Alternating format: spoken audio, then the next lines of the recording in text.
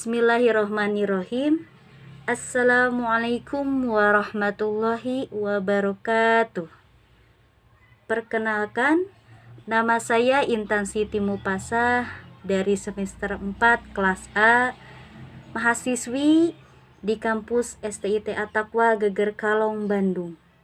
Bismillahirrohmanirrohim.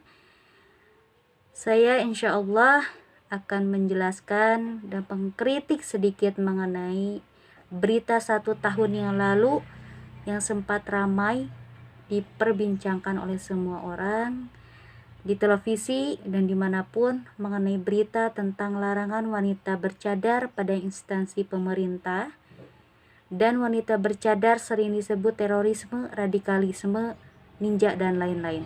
Bismillahirrahmanirrahim.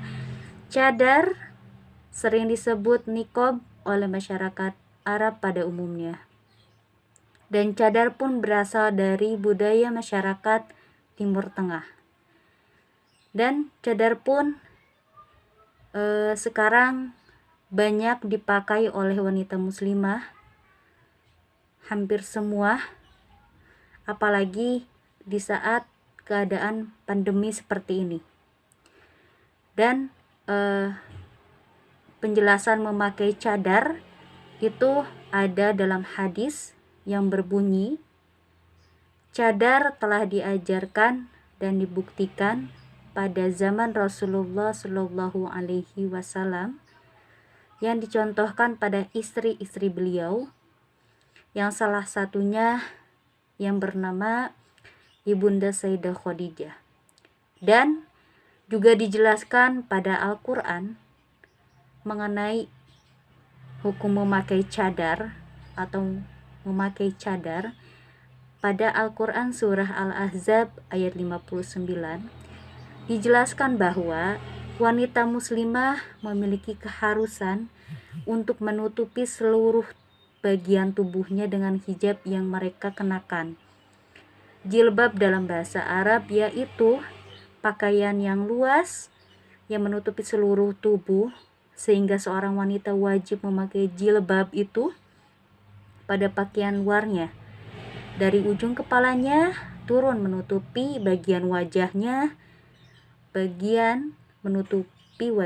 segala perhiasannya dan seluruh badannya sampai menutupi kedua ujung kakinya. Dan ulama berpendapat bahwa memakai cadar hukumnya itu ada yang berpendapat sunnah, ada yang berpendapat wajib. Nah, saya mengambil sunnahnya.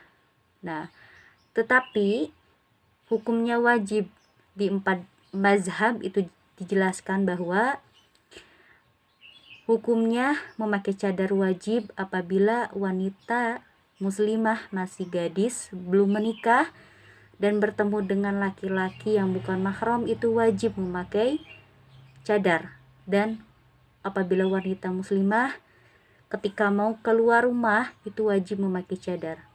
Agar di sini dijelaskan bahwa agar terlindungi dari hal keburukan dan kejahatan, untuk menghormati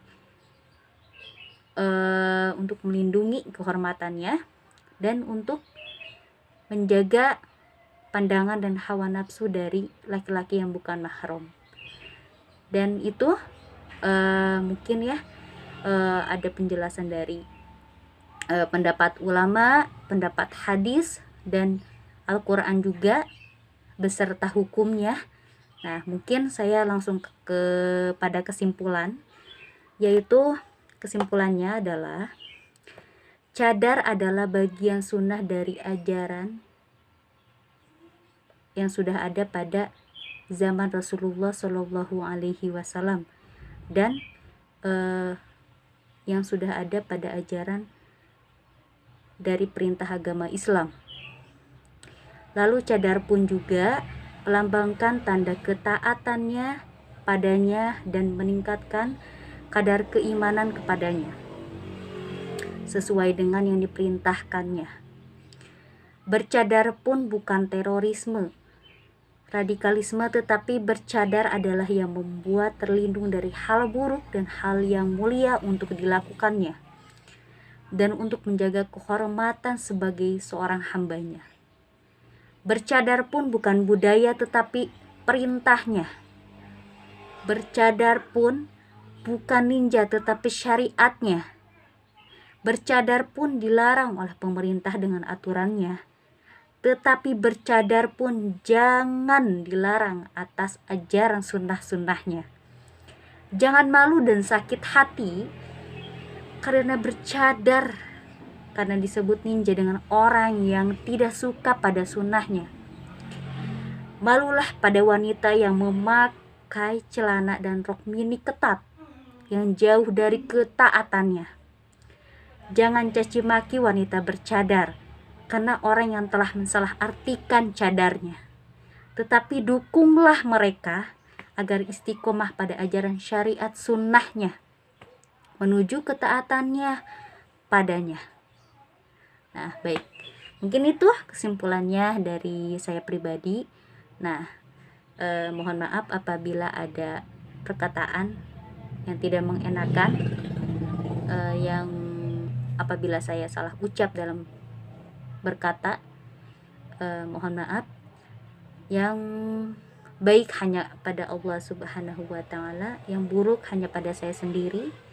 Wassalamualaikum warahmatullahi wabarakatuh.